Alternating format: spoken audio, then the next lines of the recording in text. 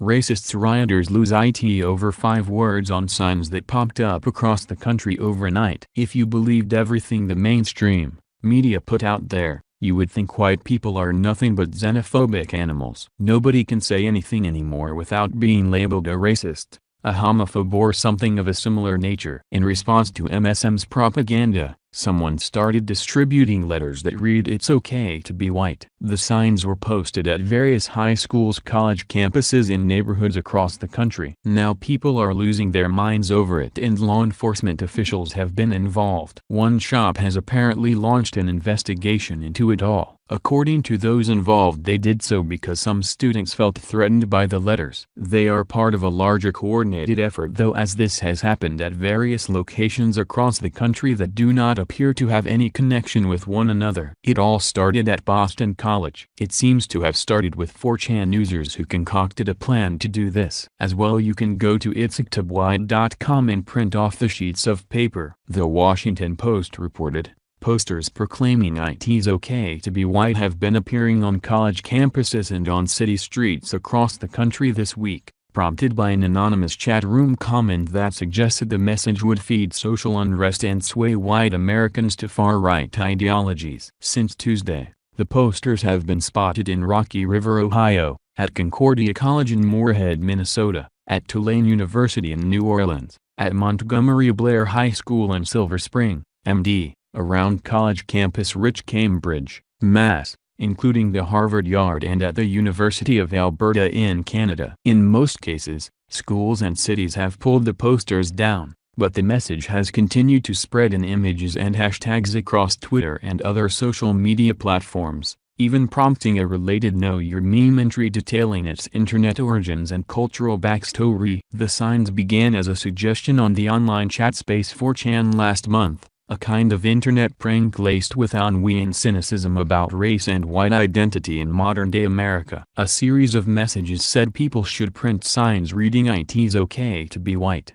post them on college campuses and elsewhere, and then stand back and watch the fun begin. News reports would draw attention to the posters, the writer behind the idea predicted. Then white Americans, derisively referred to as normies in the white nationalist ecosphere, will discover that American journalists and lefties hate white people. In the process, normies will stop regarding news outlets as credible. That would deal a damaging blow in the culture war, the Post said, inevitably converting more normies to the white nationalist, alt-right side. It could be that easy to seed social disruption, the Post implied. The episode is indicative of the efforts white nationalist groups have made to recruit in and around the nation's college campuses and other mainstream settings with claims of growing white maltreatment and expanding anti-white discrimination. The white victim construct is one that experts say, not so long ago, only had traction in avowed white supremacists, segregationists and neo-Nazi circles. But today, it animates open and anonymous public discussions of race and shapes the nation's politics. In the months immediately after the November 2008 election,